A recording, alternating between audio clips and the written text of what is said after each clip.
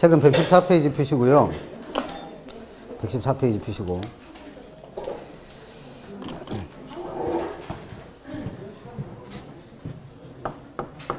아이고.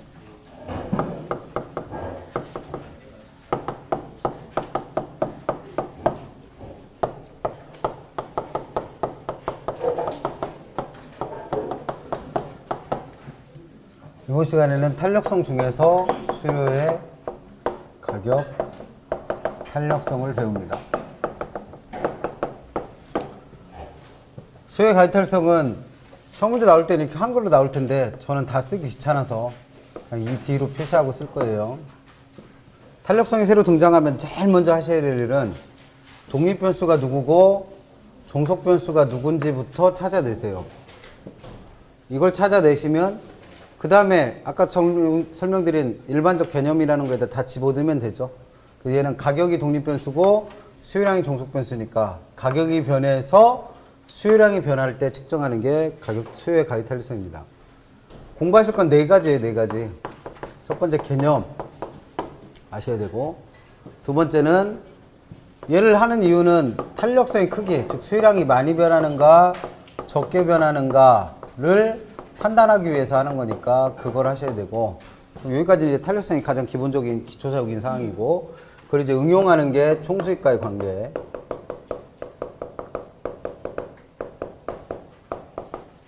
그리고 네 번째가 이제 수요의 가격 탄력성의 크기를 결정하는 요인.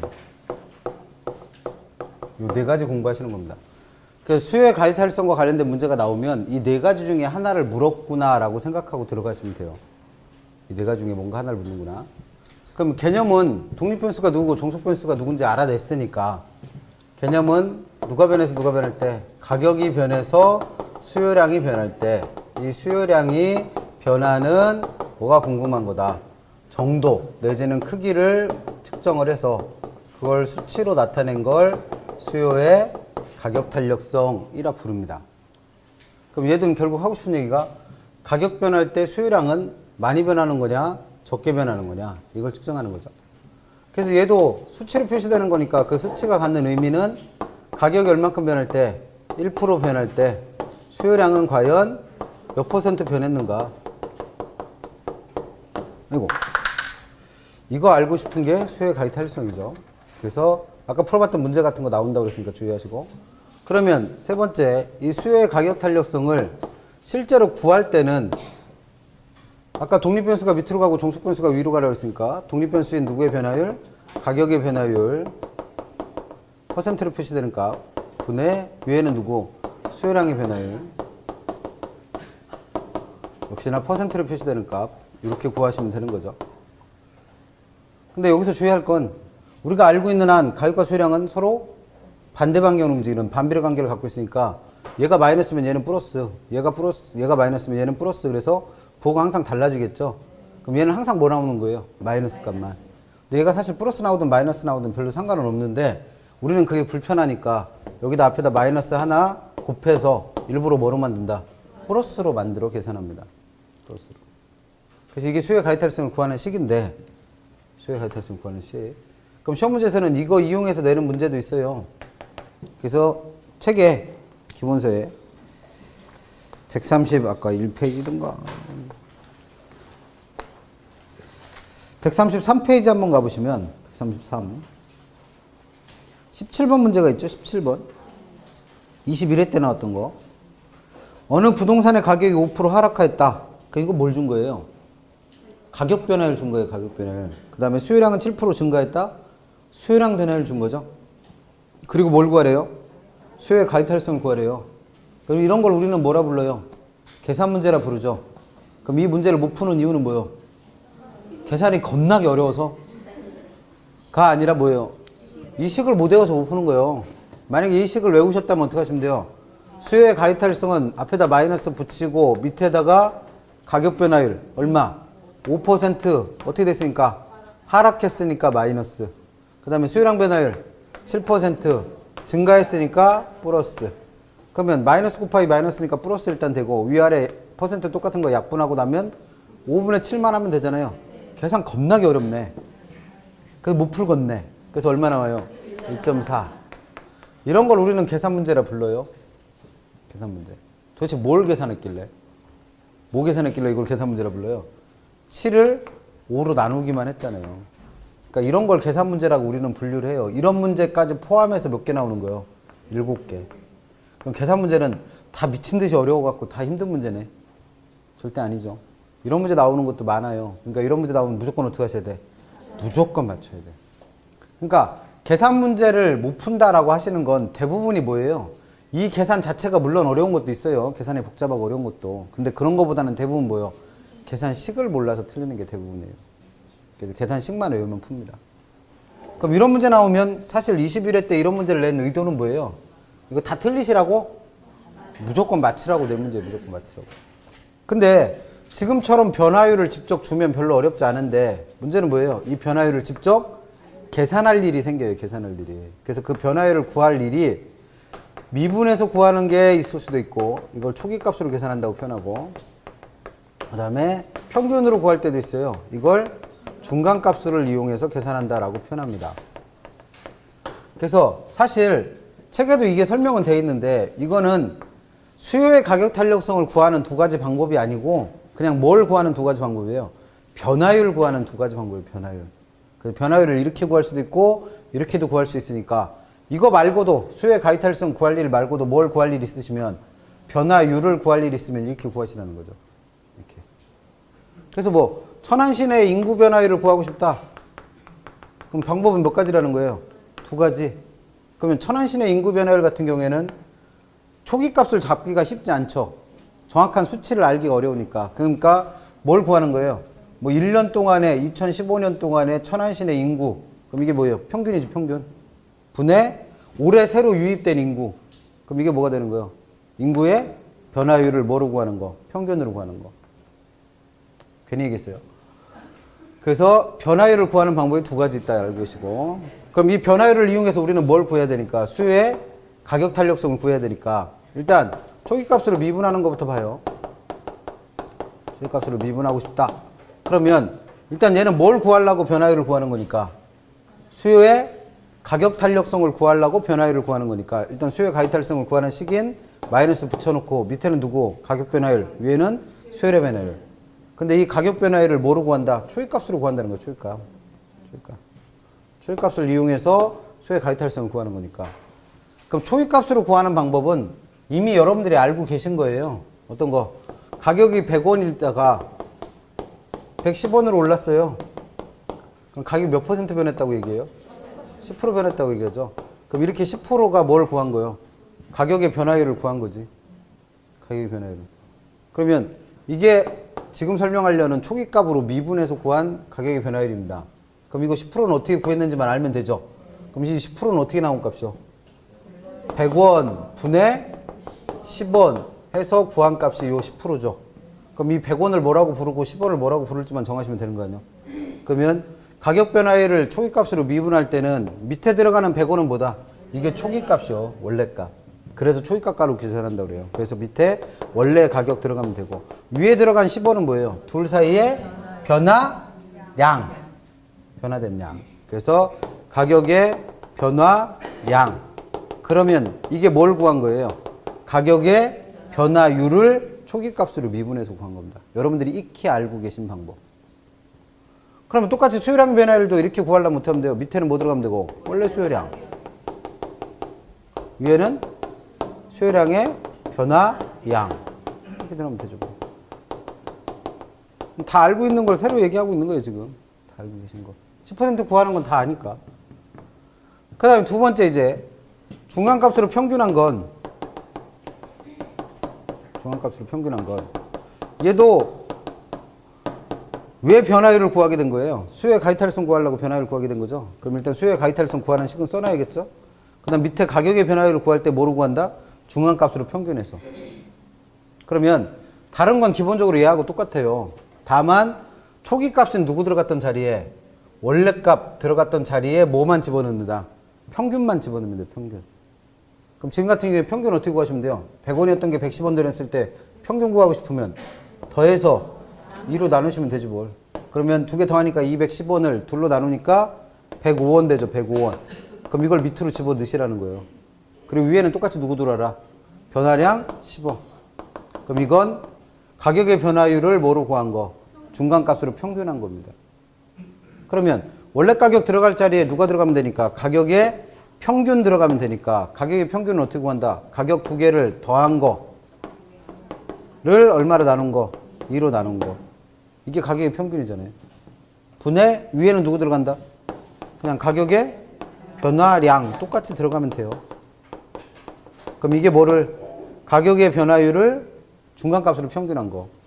그럼 똑같이 수요량의 변화율도 어떻게 구하시면 돼요? 원래 값 들어갈 자리에 수요량의 평균 들어가면 되니까 수요량 두 개를 더한 거를 얼마로 나눈 거? 2로 나눈 거. 분의 위에는 똑같이 두고 수요량의 변화량을 집어든 거죠.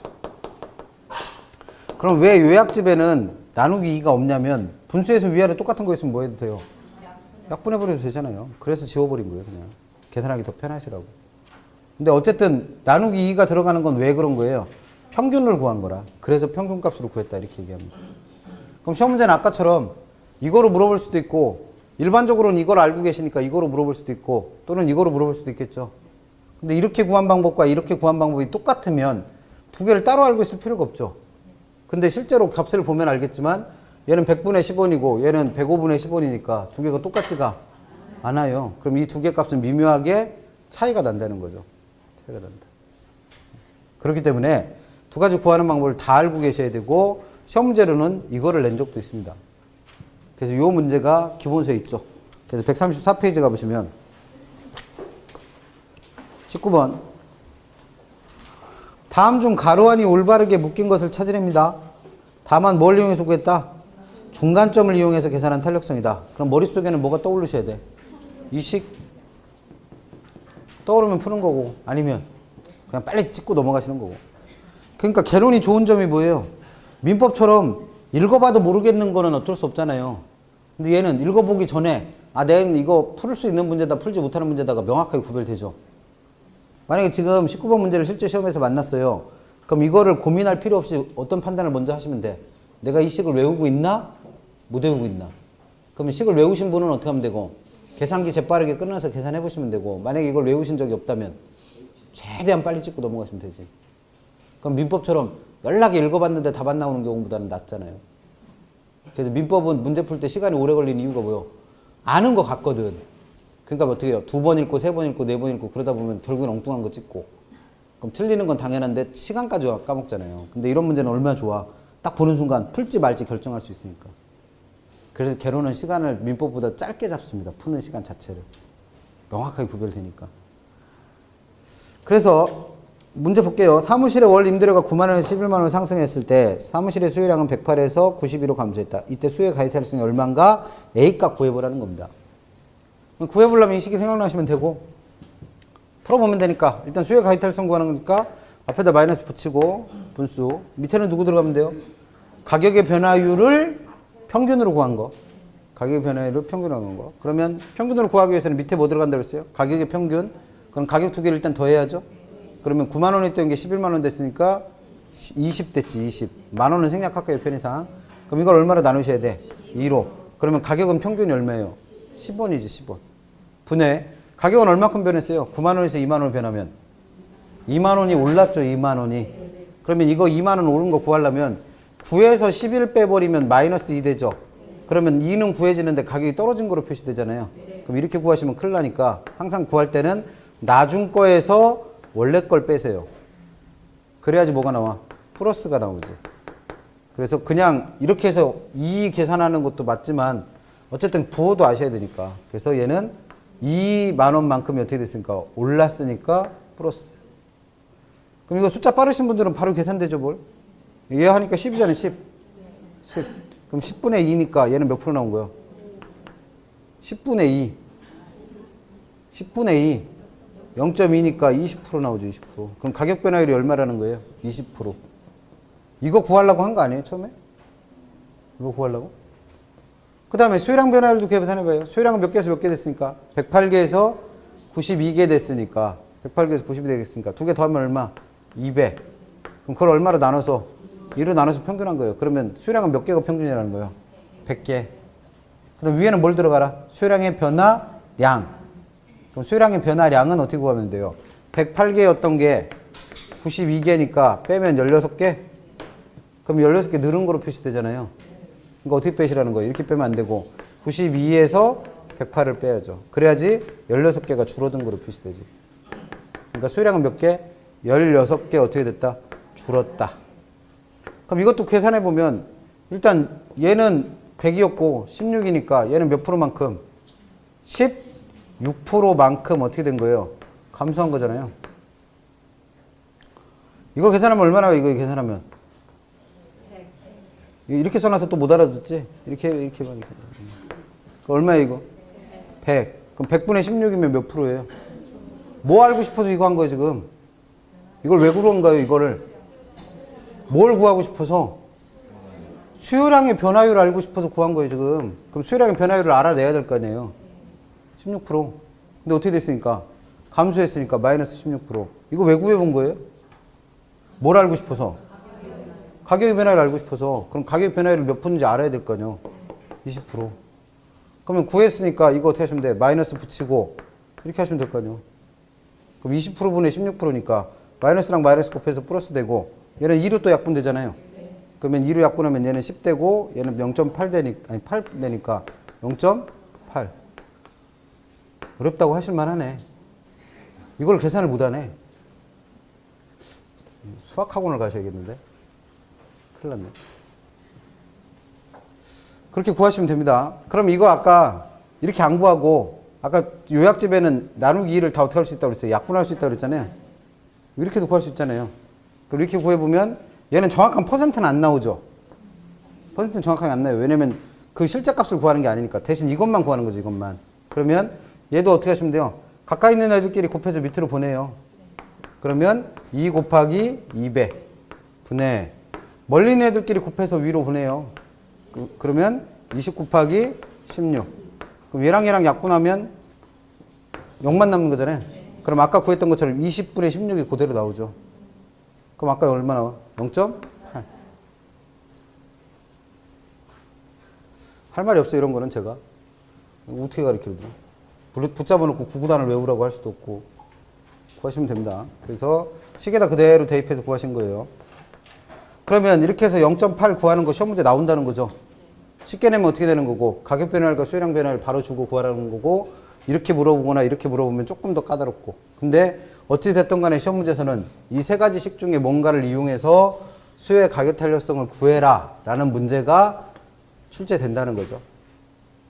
그래서 개념에서 우리가 알고 있어야 될 건 뭐다? 구하는 식. 시험 문제 나오니까. 그럼 이런 문제 내는 출제자의 의도는 틀려라 맞춰라? 맞추랍니다. 근데 틀릴 것 같아요. 이 상태면. 그래서 잘 정리하시고. 그 다음 두 번째 공부하셔야 될 건 이렇게 탄력성 0.8을 알아낸 이유는 뭐예요? 0.8을 알아낸 이유는 이 0.8이 의미하는 바는 뭐다? 가격 1% 변할 때 수요량은 얼마큼 변한다? 0.8% 변한다. 가격 1% 변할 때 수요량은 0.8% 변한다. 그럼 이 수요량이 0.8% 변하는 게 수요량이 많이 변하고 있는 건지 적게 변하고 있는 건지를 판단하려고 이걸 한 거란 말이에요. 그럼 0.8이 구해졌으니까 판단을 하셔야지. 많이 변한 건지 적게 변한 건지. 그걸 배우는 게 두 번째 할 일입니다. 그럼 지금처럼 판단할 때는 뭘 보고 판단할 수 있다? 계산된 값을 보고 판단할 수 있다는 거죠. 그래서 수요의 가격 탄력성을 실제로 계산을 해보면 그 값은 5개 중에 뭔가 하나밖에 안 나옵니다. 그래서 그 5가지 값이 뭐고 그 값을 뭐라고 부르고 걔네들이 갖는 의미가 뭔지 아시면 돼요. 그래서 두 번째 공부하실 건 탄력성의 크기를 판단하는 방법.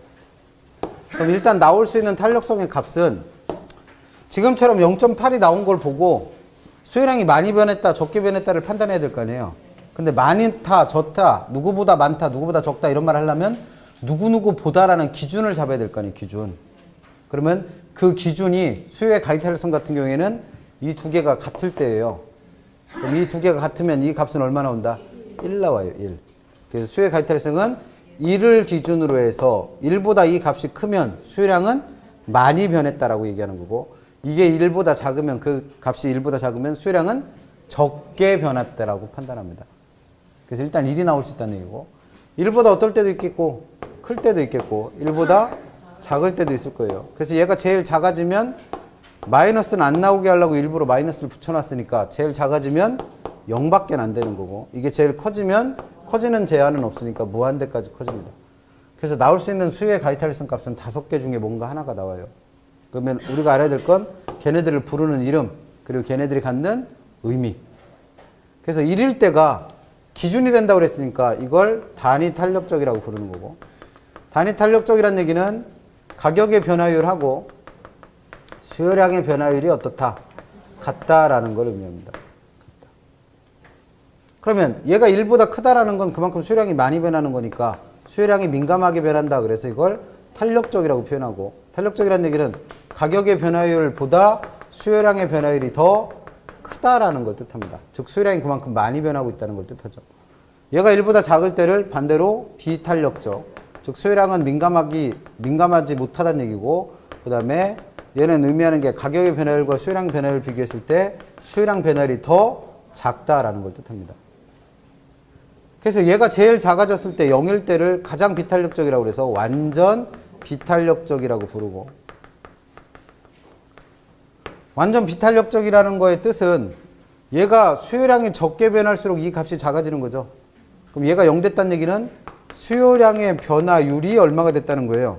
0%가 됐다는 거예요. 수요량의 변화율이. 그럼 수요량의 변화율이 0%가 됐다는 말은 가격이 아무리 변해봤자 수요량은 변한다, 안 변한다? 안 변한다는 얘기예요.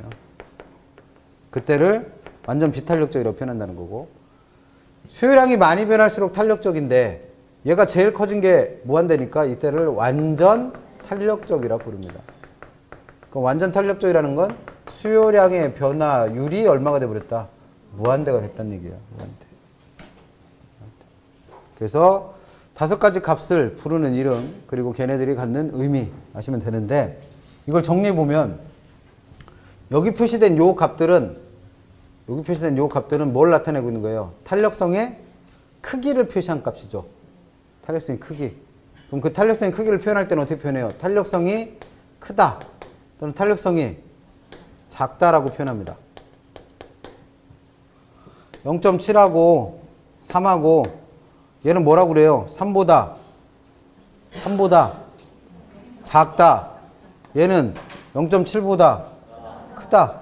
그럼 탄력성을, 수치로 표시되는 탄력성을 읽을 때는 뭐라고 읽으시라는 거예요? 크다, 작다. 읽지도 못해 이제는. 웰컴 투 코리아. 웰컴 투 코리아. 한국말이 서툴러서 그런 건지 뭘 이해해요.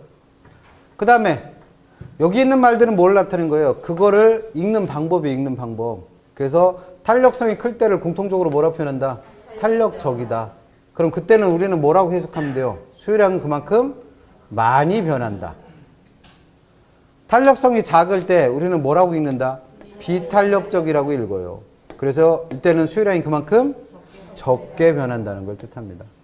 적게 변한다. 그래서 탄력성의 크기를 표현한 걸 보고 뭐라고 읽을지 정하시고 걔가 갖는 의미, 이거 연결 못하면 탄력성 다 이해 못해요. 그래서 탄력성 문제를 질문하러 오는 분들한테 물어보면 대부분 이걸 이해를 못해요. 그래서 탄력적이라는 게 무슨 뜻이에요? 수요량이 늘어난대요. 이렇게 답하시는 분들은 탄력성이랑 거리가 먼 분들이요. 그렇게 풀어갖고는 절대 문제 못 풉니다. 탄력성이 크다라는 건 어떻게 이해하셔야 돼? 그만큼 수요량이 많이 변했다는 걸 뜻합니다. 탄력성이 비탄력적이라고 표현되고 있는 건 걔가 뜻하는 바는 뭐예요? 수요량이 감소했다? 가 아니라 수요량이 적게 변한다라는 걸 뜻합니다. 그걸 해석하지 못하면 탄력성 문제를 어떻게 풀어요? 읽지도 못하는 건데. 그래서 이게 가장 기본입니다. 탄력성이. 그래서 탄력성 이해 못하는 분들은 붙잡고 물어보면 이걸 잘 몰라. 그 다음에 탄력성의 크기를 판단하는 방법은 지금처럼 계산된 값을 보고도 판단할 수 있지만 그래프 보고도 판단한다는 거예요. 그래프 보고도. 그럼 지금 얘는 누구와 누구의 관계를 설명하는 거니까 가격하고 수요량의 관계를 설명하는 거니까 가격과 수요량은 어떤 관계에 있다? 맨날 하는 말 반비례. 가격과 수요량이 변해서 두 개가 반대 방향으로 움직이는 반비례 관계. 그럼 반비례한다는 걸 표시할 때 그래프는 어떻게 그린다? 우하향. 그러면 이렇게 생긴 우하향하는 수요곡선 하나, 이렇게 생긴 우하향하는 수요곡선 하나, 그 수요곡선 두 개 있다는 거예요. 그럼 둘 다 탄력성 값이 얼마인지는 모른다는 얘기예요. 왜? 그래프만 보고는 실제 값을 못 구하니까. 근데 뭐는 할 수 있어요. A와 B 중에 누가 더 수요량이 많이 변했고 누가 더 수요량이 적게 변했는지는 판단한다는 거죠. 그 판단하는 방법 알아두시라는 거예요. 그럼 두 개가 일단 만나는 점을 찾아봐요. 그럼 그 두 개가 만나는 점에서 가격과 수요량은 어떨 테니까 A나 B나 똑같을 테니까. 근데 그 똑같은 값이 얼마인지는 안다 모른다? 몰라요. 주어진 게 없으니까. 그러니까 그 값을 그냥 마음대로 정하시라는 거죠. 그래서 나는 1억, 1억이 편하다. 그럼 1억 원 1억 개 하셔도 되고 나는 1000조, 1000만 개가 더 편하다. 그럼 마음대로 하세요. 근데 그냥 저는 제일 편한 게 100원하고 100개가 제일 편하니까 이렇게 표시를 하겠다는 거죠. 그렇게 해놓고 누가 더 수요량이 많이 변하는지를 판단하려면 일단 누가 변해야 돼요? 가격이 변해서 수요량이 변해야죠. 그럼 가격을 마음대로 변화시키세요. 그래서 90원이 됐다고 가정을 해봅니다. 그럼 100원이었던 가격이 90원 되면 가격은 몇 퍼센트 떨어진 거다? 어떻게 알았어? 이거로 구했잖아. 그래서 10% 변한 거예요. 10%. 그러면 가격이 똑같이 10% 변했을 때 A와 B는 가격이 떨어졌으니까 수요량은 둘 다 어떻게 되겠어요? 증가하겠죠. 근데 그 증가하는 크기가 A는 여기 있던 애가 일로 온 거죠. 여기 있던 여기 있던 게 일로 왔어요. 그러니까 요 수요량이 요만큼 변한 거고 B는 여기 있던 게 일로 가는 거죠. 그러면 여기 있던 게 일로 왔으니까 그만큼 수요량이 이만큼 변한 거고 그러면 A는 누가 봐도 수요량이 이만큼 변했고 B는 누가 봐도 수요량이 이만큼 변했으니까 B가 A보다는 수요량이 어떻게 변한 거다? 많이 변한 거지. 많이 변한 거. 그럼 수요량이 많이 변할 때를 우리는 뭐라 불러요? 탄력적이라 부르지. 그러니까 B는 A보다는 탄력적인 겁니다. 당연하게도 그 탄력성의 크기는 얘가 얘보다 어떻겠다? 크겠죠. 그 다음에 A는 누가 봐도 B보다는 수요량이 어떻게 변했어요? 적게 변했네. 그러면 A는 B보다는 어떤 애다? 비탄력적인 애다. 그럼 탄력성의 크기는 A가 당연히 B보다는 작을 겁니다. 그래서 이 두 개를 이렇게 비교하는 거예요. 그럼 A와 B의 차이는 둘 다 우하향한다는 건 똑같고 뭐의 크기만 다른 거예요? 이 기울기의 크기만 달라요. 기울기.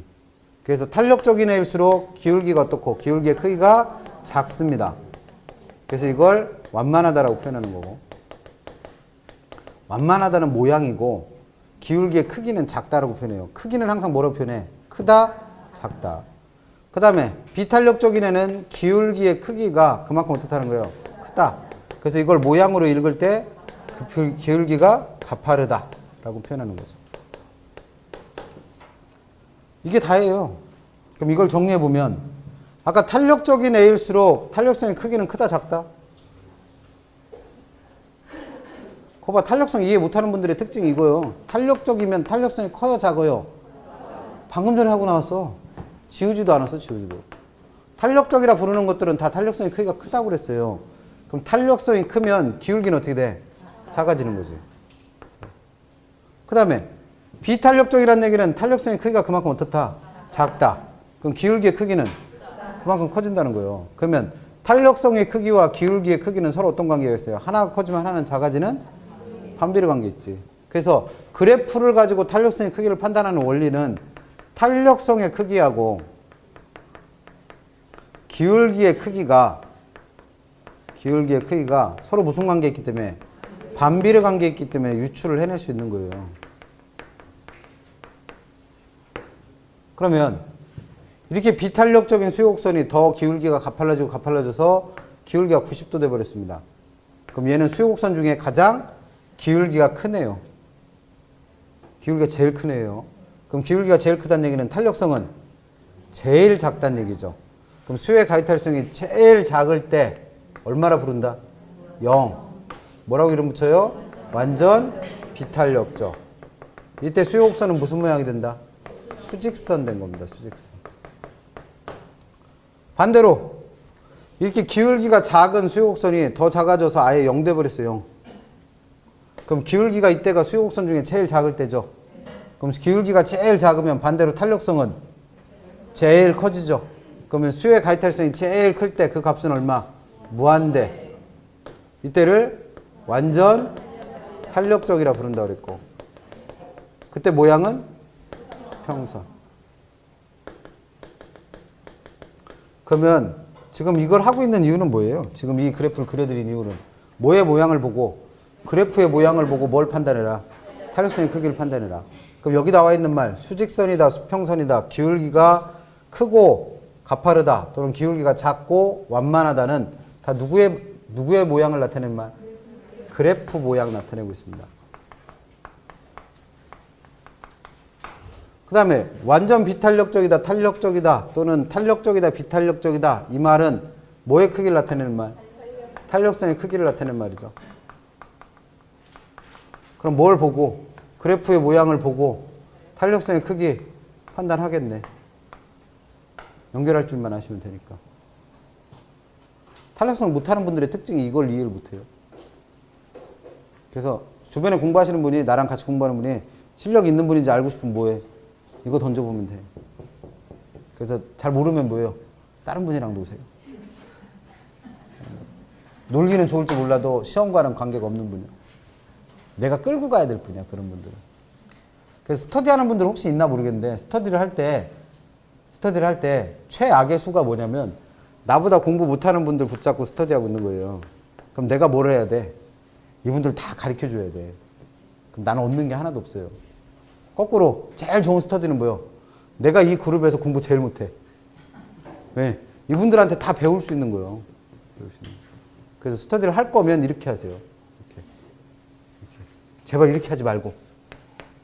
이렇게 하면 뭐는 할 수 있어요. 요즘처럼 날 좋고 이럴 때 어디 놀러 다니긴 좋죠. 이런 분들이랑 하세요. 스터디 하는 게 잘못하면 망하는 지름길이에요. 다 떨어져, 잘못하면. 그래서 잘 정리하시고. 여기까지가 수요의 가이탈성의 가장 기본입니다. 그럼 시험 문제 뭐 낸다? 첫 번째, 계산해라. 두 번째, 그 값을 주고 또는 그래프의 모양을 주고 탄력성 크기 판단하는 거. 그럼 아까 같은 경우에 얘 계산하니까 얼마 나왔었어요? 0.8 나왔죠? 그럼 0.8은 누구랑 비교했을 때? 1과 비교했을 때 1보다 어떠니까? 작으니까 이때를 우리는 뭐라 부른다? 비탄력적이라 부른다. 그래서 문제에서는 안 줬지만 만약에 이걸 그래프로 그려본다면 그 그래프의 기울기는 가파른 모양이 되겠죠. 이런 거 연결하실 수 있으면 돼요. 그래서 얘가 탄력성의 크기, 부르는 이름, 그 다음에 걔네들이 갖는 의미, 그 다음에 그래프의 모양까지 연결하실 수 있으면 되죠. 그 다음에 이제 총수익과의 관계는 수요의 가이탈성 응용하는 문제예요, 응용. 그래서 지금 이 내용을 다 알고 있다라고 가정하고 응용하는 내용입니다. 그래서 여기서 하나 주의할 건 총수익과 관련 있는 탄력성은 오로지 하나밖에 없습니다. 수요의 가격, 탄력성과만 관련이 있어요. 요거 하나 주의해 두시고. 그럼 여기서 말하는 총수입이라는 건 뭐냐면 공급자가 어떤 물건을 팔 때 그 팔아먹은 가격에다가 팔아먹은 개수를 곱하면 이 사람이 벌어들인 총수입이 나와요. 그러면 공급자 입장에서는 이 총수입은 늘어나는 게 좋다, 줄어드는 게 좋다? 당연하게 늘어나는 게 좋겠죠. 그럼 이 총수입을 늘리고 싶다면 내가 판매할 재화가, 이 공급자가 취급하는 재화가 탄력적일 때와 비탄력적일 때 선택해야 될 게 서로 달라질 수 있다는 거예요. 그 얘기를 하는 게 총수입과의 관계 문제입니다. 그러면 총수입이라고 하는 건 만약에 요 수요곡선이 일치하는 점에서 이렇게 생긴 공급곡선이 있다고 가정을 해봐요. 그러면 요 점에서 물건에 대한 거래가 일어나겠죠? 그러면 요 거래되는 과정에서 파는 물건의 가격은 얼마고? 100원. 판 개수는 100개. 그러면 가격에다 수요량을 곱한 면적으로 치면 요 면적만큼이 이 공급자의 뭐가 된다? 총수입이 됩니다. 그럼 지금은 총수입이 10,000원인 거죠. 근데 이런 총수입을 어떻게 하고 싶다는 거예요? 늘리고 싶다는 거예요. 늘리고 싶다. 그러면 탄력적인 재화 같은 경우에는 어떻게 할 거냐 이거죠. 탄력적인 재화는. 그럼 탄력적인 재화는 탄력적이다의 뜻이 뭐예요? 가격이 변화하면 수요량은 어떻게 변한다? 많이 변한다는 뜻이에요. 그래서 가격이 조금 떨어지면 수요량은 많이 늘어서 가격 떨어진 거보다 수요량 판매하는 양이 훨씬 많아지니까 그만큼 내가 얻을 수 있는 수입은 늘어날 거란 얘기입니다. 그래서 예를 들어서 아까 이때 수요량이 얼마인지는 정확하게 몰랐는데 이 개수가 200개라고 가정을 해봐요. 그러면 지금 수요량은 몇 프로 늘은 거예요? 잘 안 되는 분들은 아까 했던 방법대로 원래값분의 변화량. 원래값 얼마? 100개. 변화량 100개. 왜 200개요? 100개는 얘에서 얘를 빼냈는데 100개. 그럼 얼마? 100% 변한 거잖아요. 100%. 그럼 탄력성 계산하면 어떻게 돼요? 가격 변화율 10%분의 수요량 변화율 100%니까 탄력성 값은 10%분의 100%. 그 값은 얼마? 10. 당장 다 다이소 가세요. 무조건 뭐 물어보면 계산기부터 두드려. 답이 안 나오네. 10%분의 100% 그럼 얼마 나와요? 10. 그럼 1보다 크죠? 많이 크지. 그러니까 탄력적이란 말이에요. 탄력적. 그래서 탄력적이에요. 그래서. 그럼 탄력적일 때는 지금 90원짜리 물건, 90원이 된 물건을 얼마 파는 거니까 200개 파니까 총 수입은 18,000원으로 거의 몇 배 가까이? 2배 가까이 늘었잖아요. 2배 가까이. 그러면 이와 같이 탄력성이 클 때, 즉 탄력적일 때는 총 수입을 늘리고 싶으면 어떻게 해라? 자주자주 세일 하시라는 얘기요. 자주자주. 왜? 세일할 때마다 수요량이 왕창 늘어나니까 그만큼 내가 버는 수입이 많아질 수 있다는 거죠. 그럼 똑같이 비탄력적일 때도 가격을 낮추면 총 수입이 늘어나는가? 가격을 낮추면 총 수입이 늘어나는가? 비탄력적이다의 뜻이 뭐예요? 가격이 똑같이 변해도 수요량은 조금밖에 안 변한다는 거예요. 조금밖에. 즉 가격을 낮춰도 수요량이 늘긴 느는데 어떻게? 조금밖에 안 늘어요. 그럼 그 말은 가격 낮춘 거보다 수요량 늘어나는 게 훨씬 적으니까 가격 낮추면 그만큼 손해본다는 얘기지. 팔리는 양이 별반 차이가 없으니까. 그럼 만약에 그 수요량이 딱 한 개 늘었다고 가정을 해봐요. 한 개. 100개였던 게 101개가 됐다. 그러면 수요량은 몇 프로 변한 거예요? 1% 변한 거예요. 1%. 그럼 수요 가입탈성값 구해보면 10%분의 1%니까 얼마? 0.1. 그러면 수요 가입탈성이 1보다 많이 작죠. 그러니까 어떻게 해? 그러니까 비탄력적이지. 그럼 이렇게 비탄력적일 때는 총수익 계산해보면 90원짜리를 이제 몇 개 파는 거니까 101개 파는 거니까 얘는 9,090원만큼의 총수익을 올리겠죠. 그럼 총수익은 오히려 어떻게 되는 거예요? 줄어요. 그러면 비탄력적일 때는 가격 내리면 된다 안 된다? 안 돼요. 그럼 반대로 가격을 올리라는 겁니다. 올려라. 왜? 가격을 올리면 가격 올라서 버는 돈은 많아졌죠. 근데 수요량에는 큰 차이가 있어 없어? 없어요. 팔리는 양에는 큰 차이가 없고 가격만 비싸졌으니까 그만큼 내가 버는 수입은 늘어나겠죠. 그래서 비탄력적일 때는 가격을 어떻게 해라? 올려라 라는 겁니다. 그럼 이게 뭘 응용하는 거예요? 탄력성을 응용하는 거죠. 시험 문제 워낙 자주 나왔습니다. 얘는 총수입이 늘어날 때는. 그래서 이거는 꼭 기억해 두시고. 그 다음에 단위 탄력적일 때가 있어요. 단위 탄력적. 이때는 뭐 책이 틀린 거니까 고칠게요. 고칠 거. 고쳐야 돼서 이거 설명하는 건데. 단위 탄력적일 때는 탄력성 값이 얼마? 수요 가탈성이 1. 그럼 단위 탄력적의 뜻을 알자는 거죠. 뜻. 응용하는 거니까. 단위 탄력적이다의 뜻. 그럼 단위 탄력적이라는 얘기는 가격이 만약에 100원이었다가 110원으로 별다른 얘기 없으면 미분으로 구하는 거니까 몇 프로? 10%만큼 인상됐어요. 그럼 수요량은 100개였다가 몇 프로가 변한다? 가격 변화율과 수요량 변화율이 똑같을 때가 단위 탄력적이라고 했으니까 10% 올랐으면 수요량도 10% 변합니다. 근데 증가 감소? 감소하죠. 감소. 그럼 100개에서 10% 감소하면 몇 개 돼요? 90개 된 거죠. 90개. 그러면 이 두 개를 곱한 값이 뭐니까? 두 개를 곱한 값이 총수입 아니에요. 총수입. 그럼 이거 두 개 총수입 계산하면 10,000원. 얘는 총수입 계산하면 9,900원. 그러면 총수입은 변했다 안 변했다? 변했잖아요. 근데 책에는 뭐라고 써 있어? 기본소에는 기본소에 안 변했다고 돼 있어. 불변이라고 돼 있어. 불변. 그럼 책에 나와 있는 불변이란 말의 뜻이 뭐냐 이거죠. 요약집엔 제대로 써놨죠. 기본소가 잘못됐다는 얘기지. 불변으로 돼 있어요. 불변. 이게 뭔 불변이 변했는데. 반대로 해봐요. 반대로. 가격이 만약에 100원이었다가 90원으로 10% 떨어졌어요. 그러면 단위 탄력적일 때는 수요량도 몇 프로? 10% 어떻게 된다? 증가하죠. 그럼 100개였던 수요량이 몇 개로? 110개로 늘어난다는 거예요. 그럼 이때 총수익 계산해봐요. 그럼 얘는 얼마가 돼요? 9,900원. 그러면 단위 탄력적일 때 가격을 내리면 총수익은 안 변한다? 변했어요. 변했어요. 이게 뭘 안 변한 거예요? 변한 거지. 10,000원이었던 게 9,900원 되면 변한 거예요? 안 변한 거예요? 변한 거예요. 10,000원이었다 9,900원 되면 변한 거예요. 변한 거. 근데 책에는 뭐라고 써놨어? 기본서에는 불변이라고 돼 있단 불변. 그럼 이걸 불변을 어떻게 해석하셔야 돼요? 가격을 올렸을 때 총수입이나 가격을 내렸을 때 총수입이 어떻다? 같다는 거를 그렇게 설명한 거지. 한 놈이 잘못 쓰면 그걸 다 베꼈으니까 다 잘못 쓰는 거예요. 그래서 이거 출제자가 눈에 띄는 순간 이거 출제될 거예요, 아마. 그래서 단위 탄력적일 때는 어떻게 정리하셔라? 가격을 올렸을 때 내가 버는 총수입의 크기나 가격을 어떻게 했을 때 내렸을 때 내가 벌게 될 총수입의 크기가 불변인 게 아니라 뭐예요? 그냥 같을 뿐이에요. 이 두 개가 같은 거예요. 이 두 개가. 이렇게가 같은 게 아니고. 정확하게 이해하시면 되고. 세 번째, 책에는 있지도 않아요. 기본서에는. 완전 비탄력적일 때. 요약집에는 써놨습니다. 그래서 요약집을 만드는 이유고. 완전 비탄력적일 때는 수요의 가이탈성이 얼마? 0일 때입니다. 0일 때. 그럼 얘가 0이라는 거의 뜻은 뭐예요? 수요의 가이탈성이 0이라는 건? 가격이 100원이었다가 110원으로, 아이고, 110원으로 10%만큼 인상됩니다. 그럼 수요량은 100개였다가 몇 프로 변한다는 얘기예요? 0% 변한다는 얘기, 0%. 그럼 얘가 0% 변하면 수요량은 몇 개가 되는 거예요? 100개가 되는 거예요, 100개.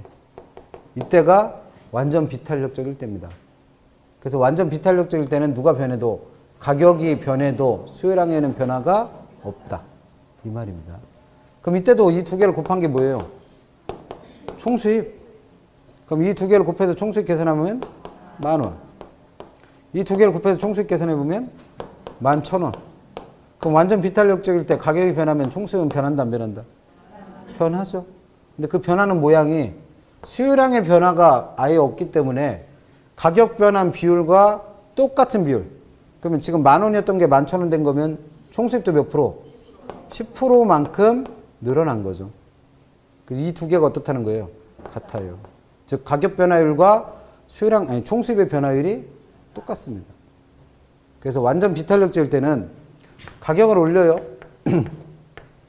그러면 그 가격 오른 비율에 같은 비율로, 같은 비율이란 걸 이제 비례해서라고 표현해 볼게요. 가격 오른 비율에 똑같은 비율로 총수입도 무조건 어떻게 되고 증가하는 거고 늘어나는 거고, 그 다음에 가격이 떨어지면, 가격이 10% 떨어지면 그 똑같은 10%의 비율로, 이걸 똑같은 비율인 걸 비례라고 해볼게요. 가격 떨어진 거에 똑같은 비율로 총수입도 그만큼 어떻게 된다? 감소합니다. 시험 문제 낼만 하죠? 이해 못하면 무슨 얘기인지 도대체 못 알아들으니까. 그래서 나올 수 있습니다.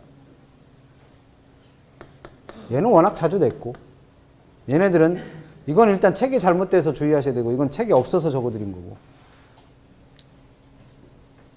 이게 이제 수요의 가이탈선에서 공부하실 세 번째 내용입니다. 그럼 마지막, 이제 수요의 가이탈선에서 공부하실 네 번째 내용, 마지막 거는 탄력성의 크기를 결정하는 요인이에요. 그럼 여기서 말하는 결정 요인이란 건 뭐냐면, 왜 똑같이 가격이 변했는데, 왜 어떤 애는 그 가격 변화에 민감해서 수요량이 많이 변할 수 있고, 왜 어떤 애는 가격 변화에 민감하지 못해서 수요량이 조금만 변하는가? 즉 수요량이 많이 변하고 적게 변하는 이유가 뭐냐 이거예요. 수요량이 많이 변하고 적게 변하는 이유. 그거를 결정 요인이라 부릅니다. 그래서 여러 가지 요인이 있지만 그 대부분의 요인들은 다 누구랑 묶어서 기억하셔라. 대체제, 수랑 엮어서 기억하세요. 대체제. 아까 대체제는 뭐라고 했어요? 대체제 보완제 할 때 대체제는 용도나 가격이나 효용이 비슷해서 바꿔 써도 되는 제와. 이걸 대체제라 부르는데, 그 대체제 수가 많으면 가격이 오른다고 가정을 해봐요. 내가 쓰던 제화가 갑자기 가격이 비싸졌어요. 근데 대신할 물건이 많어. 그럼 어떻게 하면 돼? 쓰던 물건 안 쓰고 다른 거 쓰면 되겠죠. 그러면 가격 변하면서 그 쓰던 물건의 수요량은 어떻게 변한다? 많이 감소하겠죠. 그래서 어떻고? 탄력적이에요. 이해 못해도 돼요. 어차피 우리 외울 거잖아. 그 다음에 대체 수가 적으면 가격이 올랐어요. 가격이 올랐어. 그러면 가격 오르면 수요량 어떻게 된다? 감소하죠. 근데 대신할 물건이 없어요. 그러면 그 수요량을 많이 줄일 수가 없죠. 왜? 대신 쓸 물건이 없으니까 계속 그 물건 쓰고 있어야 되니까. 그래서 대체의 수가 어떨수록 적을수록 그만큼 어떻게 돼? 비탄력적 돼요. 여자분들 같은 경우에, 뭐 남자분들도 그런 분들 있던데, 선호하는 명품의 브랜드가 있죠. 그렇잖아요. 제일 선호하시는 게 뭐요? C로 시작하는 거?